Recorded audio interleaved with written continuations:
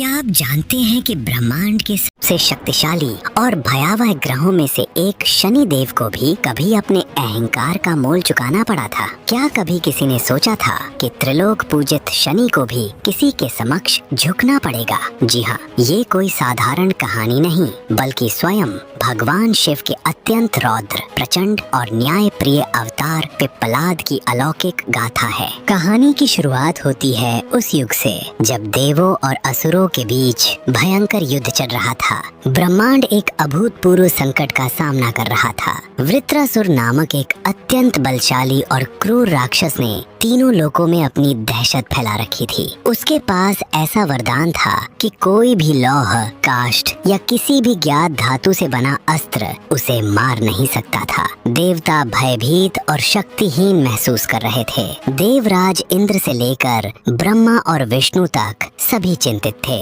जब सभी आशाएं धूमिल हो गईं, तब देवगण ब्रह्मा जी के पास पहुँचे, जिन्होंने उन्हें बताया कि वृत्रासुर का वध केवल एक ऐसे अस्त्र से हो सकता है जो किसी परम त्यागी, महाज्ञानी और पवित्र ऋषि की अस्थियों से बना हो। और इस ब्रह्मांड में इस समय ऐसे एकमात्र पुण्यात्मा ऋषि हैं, महर्षि दधीची। दधीची ऋषि जो अपनी त्याग भावना, तपस्या और परोपकारिता के लिए जाने जाते थे, हरिद्वार के निकट अपने आश्रम में निवास करते थे। जब देवगण उनके पास पहुँचे और अपनी व्यथा सुनाई, तो महर्षि ने एक पल भी नहीं सोचा। उनके चेहरे पर तनिक भी संकोच नहीं था। उन्होंने लोक कल्याण के लिए, धर्म की स्थापना के लिए और देवताओं की रक्षा के लिए अपने प्राणों का त्याग करने का दृढ़ निश्चय किया। उन्होंने योग बल से अपने शरीर का परित्याग कर दिया और उनकी अस्थियां शेष रह गईं। उन अस्थियों से स्वयं विश्वकर्मा ने देवराज इंद्र के लिए एक वज्र का निर्माण किया, जो वज्रायुध कहलाया। इसी वज्र से इंद्र ने वृत्रासुर का संहार किया और तीनों लोकों में शांति बहाल हुई। लेकिन इस महान त्याग के बाद एक मर्मस्पर्शी घटना घटित हुई। महर्षि दधीची की धर्मपरायण पत्नी सुवर्चा, जो उस समय गर्भवती थीं, अपने आश्रम लौटी। जब उन्हें अपने पति के आकस्मिक और अद्भुत बलिदान का समाचार मिला, तो वे वज्रपात से भी अधिक दुख में डूब गईं। उनके लिए पति के बिना जीवन की कल्पना करना भी असंभव था। अपने पति के वियोग में और भारतीय संस्कृति की उस परम पराकाष्ठा का पालन करते हुए सुवर्चा ने सती होने का निश्चय किया। वेदना से भरी सुवर्चा ने एक विशाल पीपल के वृक्ष के नीचे बैठकर अपने गर्भ में पल रहे शिशु को किसी तरह समय से पूर्व ही जन्म दिया। उन्होंने शिशु को एक पवित्र मंत्र के साथ पीपल के पत्तों पर रखा, ताकि वो प्रकृति की गोद में सुरक्षित रह सके। फिर अपने पति के पवित्र अग्नि में स्वयं को समर्पित कर दिया और इस प्रकार उस विशाल पीपल वृक्ष के नीचे एक नवजात शिशु अनाथ होकर रह गया। उसे न माता का स्पर्श मिला, न पिता का सान्निध्य। पीपल के नीचे जन्म लेने के कारण और उस पवित्र वृक्ष की छाया में पलने के कारण उस बालक का नाम पिप्पलाद पड़ा। वन के अन्य ऋषि मुनियों और स्वयं प्रकृति ने उस बालक का लालन पालन किया, लेकिन भगवान शिव, जो सृष्टि के रक्षक और न्याय के प्रतीक हैं, इस घटना से अत्यंत व्यथित हुए। उनके हृदय में एक गहरा क्रोध उमड़ पड़ा। उन्हें लगा कि ऋषि दधीची जैसे परम त्यागी की पत्नी और पुत्र को इतना कष्ट क्यों सहना पड़ा। कौन सी ग्रह दशा या कौन सा ग्रह इसके पीछे जिम्मेदार था, जिसने इस निर्दोष परिवार पर इतना कहर ढाया।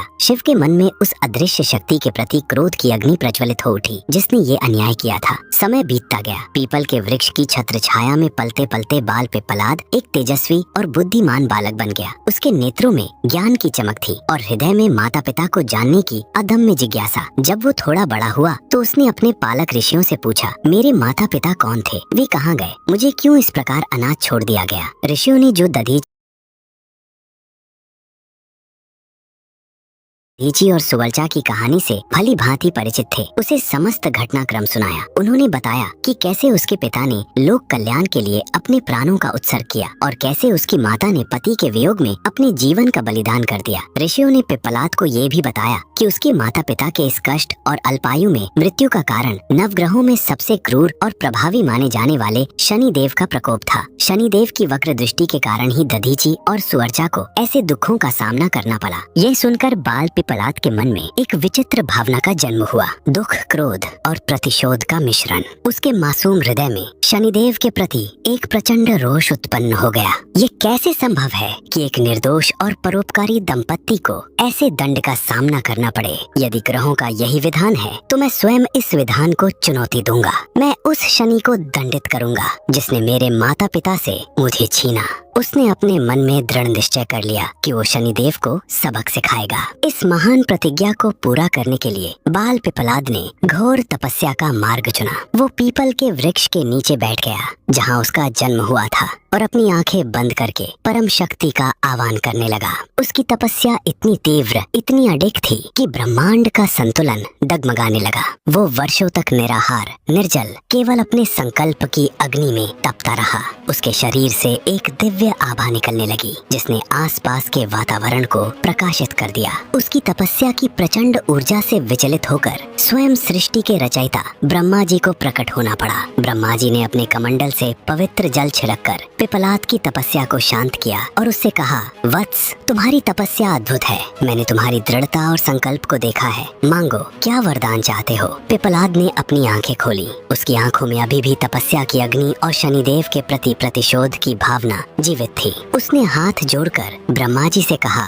हे ब्रह्मदेव, यदि आप मुझ पर प्रसन्न हैं, तो मुझे ऐसी असीम शक्ति प्रदान कीजिए जिससे मैं किसी भी ग्रह को, विशेषकर शनिदेव को, उनके ग्रह पथ से विचलित कर सकूं, उन्हें आकाश से नीचे गिरा सकूं और उन्हें उनके अन्याय के लिए दंडित कर सकूं। ब्रह्मा जी ने उसकी अद्भुत तपस्या और अपने माता पिता के प्रति उसके प्रेम को देखते हुए उसे ये अद्वितीय वरदान प्रदान किया। उन्होंने पिपलाद को इतनी शक्ति दी कि वो अपनी इच्छा अनुसार किसी भी ग्रह को उसकी कक्षा से हटा सकता था। जैसे ही ब्रह्मा जी ने पिपलाद को वरदान दिया, पिपलाद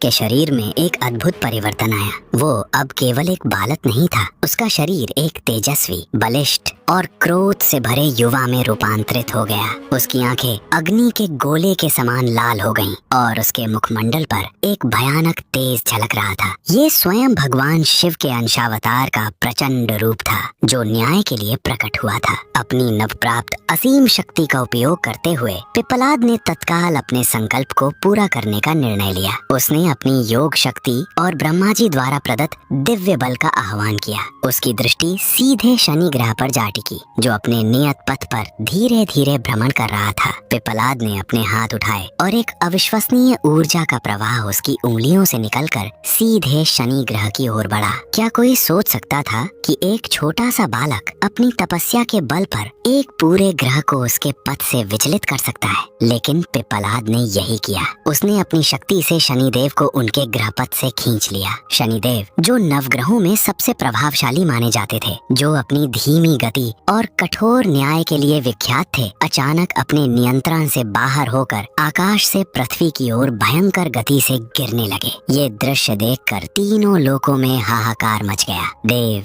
दानव, गंधर्व, यक्ष, किन्नर सभी भयभीत हो उठे। शनि का पतन ब्रह्मांड के संतुलन को बिगाड़ रहा था। चारों ओर अंधकार छाने लगा और अपशकुन होने लगे। शनिदेव, जो अपनी शक्ति के घमंड में चूर रहते थे, अब अपनी जान बचाने के लिए त्राही त्राही कर रहे थे। वे कभी सोच भी नहीं सकते थे कि कोई उन्हें उनके सिंहासन से गिरा सकता है। जब उन्हें लगा कि उनके प्राण अब नहीं बचेंगे, तो उन्होंने अपनी अंतिम आशा के रूप में भगवान शिव का स्मरण किया। हे महादेव, मेरी रक्षा कीजिए, इस प्रचंड क्रोध से मुझे बचाइए। शनिदेव की पुकार सुनकर और ब्रह्मांड में मचे कोलाहल से विचलित होकर स्वयं भगवान शिव प्रकट हुए। शिव ने देखा कि उनका ही अंशावतार पिपलाद क्रोध की अग्नि में जल रहा है और शनिदेव मृत्यु के कगार पर हैं। शिव ने तुरंत पिप्पालाद को रोका। वत्स पिप्पालाद, शांत हो जाओ। तुम्हारा क्रोध न्यायपूर्ण है, परंतु यह उचित नहीं कि तुम समस्त ब्रह्मांड के संतुलन को बिगाड़ दो। शनि अपने कर्मों के अनुसार ही फल देते हैं। उनका दंड देना भले ही तुम्हें अनुचित लगा हो, परंतु ग्रहों का प्रभाव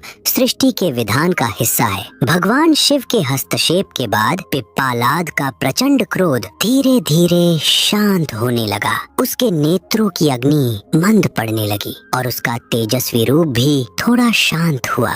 लेकिन उसने शनिदेव के समक्ष एक अत्यंत महत्वपूर्ण शर्त रखी। पिप्पालाद ने शनिदेव से कहा, हे शनिदेव, आपने मेरे माता पिता को अल्पायु में मुझसे छीना और मुझे अनाथ किया। यद्यपि मैं अब शांत हूँ, परंतु मेरे हृदय में यह संकल्प रहेगा कि अब कोई अन्य बच्चा ऐसी पीड़ा न सहे। अतः मैं तुम्हें इस शर्त पर क्षमा करता हूँ कि आज से तुम किसी भी बालक को 16 वर्ष की आयु तक अपनी वक्र दृष्टि से पीड़ित नहीं करोगे। यदि कोई ऐसा करेगा तो उसे मेरे प्रचंड क्रोध का सामना करना पड़ेगा और मैं उसे पुनः उसके स्थान से गिरा दूंगा। शनिदेव ने, जो मृत्यु के मुंह से वापस लौटे थे, बिना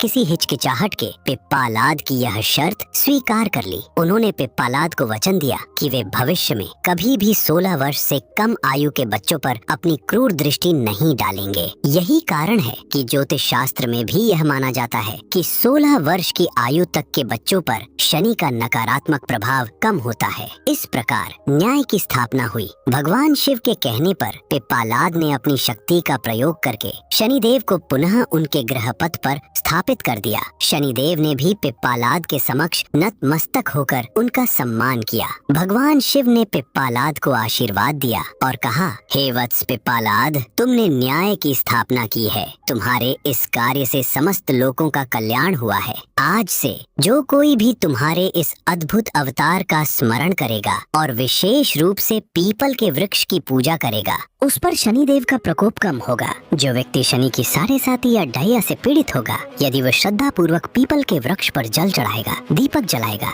और तुम्हारी कहानी का पाठ करेगा, तो उसे शनि के दुष्प्रभावों से मुक्ति मिलेगी। पिप्पलाद अवतार से कुछ स्थल आज भी श्रद्धालुओं के लिए आस्था और दर्शन की जीवंत अनुभूति बनकर खड़े हैं। पिप्पलेश्वर महादेव मंदिर उत्तर प्रदेश के पवित्र शहर मथुरा में स्थित पिप्पलेश्वर महादेव मंदिर भगवान शिव को समर्पित एक प्राचीन और पूजनीय स्थल है। मथुरा को भगवान कृष्ण की जन्मभूमि के रूप में जाना जाता है और यह शहर 4 मुख्य क्षत्रपालों, क्षेत्र रक्षकों द्वारा संरक्षित माना जाता है, जिनमें पिप्पलेश्वर महादेव भी शामिल है। अन्य 3 क्षत्रपाल भूतेश्वर, रंगेश्वर और गोकर्णेश्वर महादेव हैं। इन चारों मंदिरों को मथुरा की आध्यात्मिक सुरक्षा का आधार स्तंभ माना जाता है। पिप्पलेश्वर मंदिर की प्राचीनता का अनुमान इसी बात से लगाया जा सकता है कि ये शहर के पौराणिक इतिहास से जुड़ा हुआ है। इस मंदिर का नाम सीधे तौर पर महर्षि पिप्पलाद से जुड़ा हुआ है। स्थानीय लोक कथाओं और मान्यताओं के अनुसार भगवान शिव ने स्वयं पिप्पलाद की तपस्या से प्रसन्न होकर उन्हें कई प्रकार के खतरों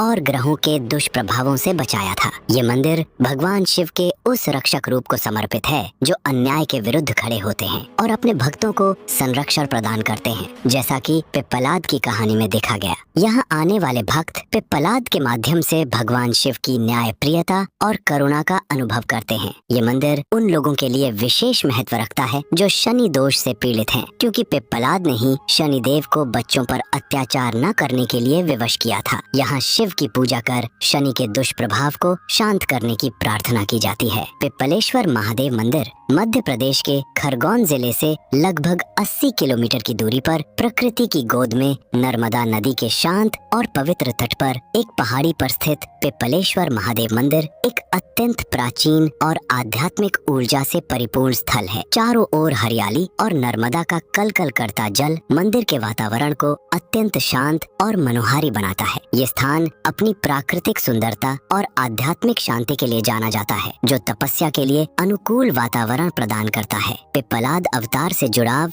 और किंवदंतियाँ। स्थानीय मान्यताओं और जनश्रुतियों के अनुसार यही वो पवित्र स्थान है जहाँ ऋषि पिप्पलाद ने भगवान शिव को प्रसन्न करने के लिए अपनी कठोर तपस्या की थी। कहा जाता है कि उन्होंने स्वयं यहीं पर शिवलिंग की स्थापना की थी, जिसकी वे आराधना करते थे। मंदिर में कई वर्षों से अखंड ज्योति जल रही है, जिसे ऋषि पिप्पलाद की अटूट तपस्या और भगवान शिव की निरंतर कृपा का प्रतीक माना जाता है। ये ज्योति दूर दूर से भक्तों को आकर्षित करती है, जो यहाँ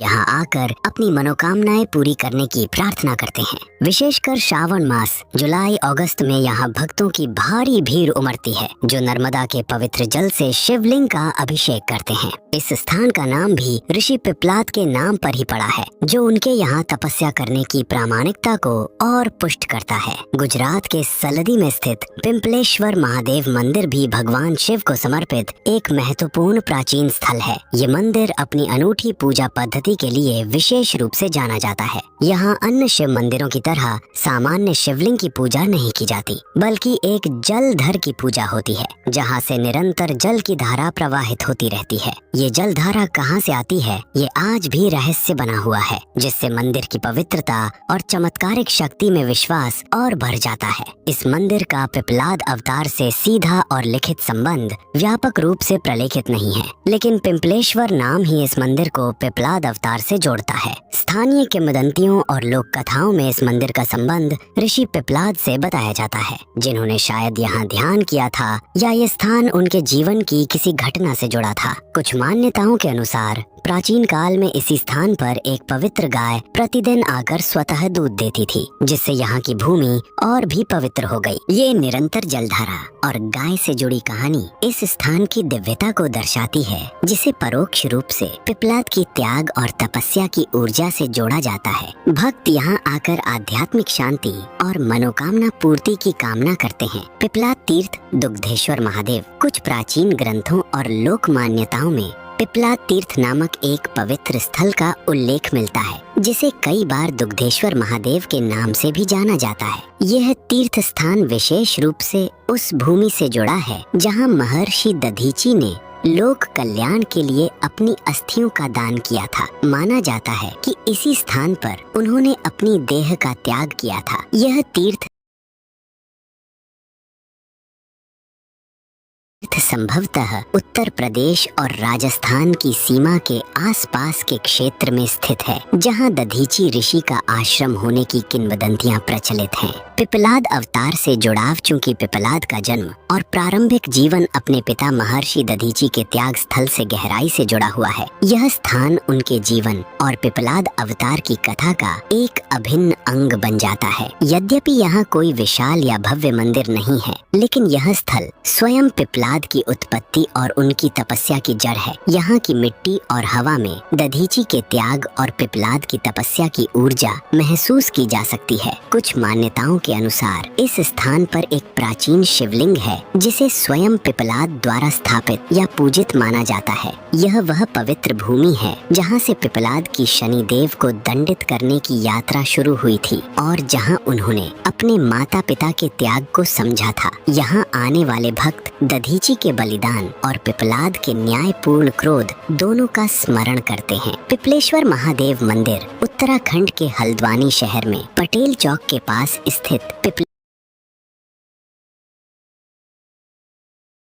पिपलेश्वर महादेव मंदिर कुमाऊं क्षेत्र के लोगों की आस्था का एक महत्वपूर्ण केंद्र है। यह मंदिर शहर के मध्य में स्थित होने के बावजूद एक शांत और आध्यात्मिक वातावरण प्रदान करता है, जहां भक्तगण नियमित रूप से दर्शन और पूजा अर्चना के लिए आते हैं। पिपलाद अवतार से जुड़ाव और लोक मान्यताएं। इस मंदिर का नाम भी सीधे तौर पर ऋषि पिपलाद से जुड़ा हुआ है, जो इस बात का संकेत देता है कि ये स्थान या तो ऋषि की तपस्या से संबंधित रहा है या यहाँ भगवान शिव के उस पहलू की पूजा की जाती है जो पिपलाद अवतार में प्रकट हुआ था। स्थानीय लोक मान्यता है कि पिपलेश्वर महादेव भक्तों की हर मनोकामना को पूरा करते हैं और विशेषकर दुखियों व असहायों की सभी विपदाओं को हर लेते हैं। ये मान्यता पिपलाद अवतार के न्याय और संरक्षण के गुणों से मेल खाती है। जो भक्त शनि दोष से पीड़ित होते हैं वे यहाँ आकर शिव की आराधना करते हैं, ये मानते हुए कि पिपलाद ने शनि को नियंत्रित किया था और उनकी कृपा से शनि का दुष्प्रभाव कम होगा।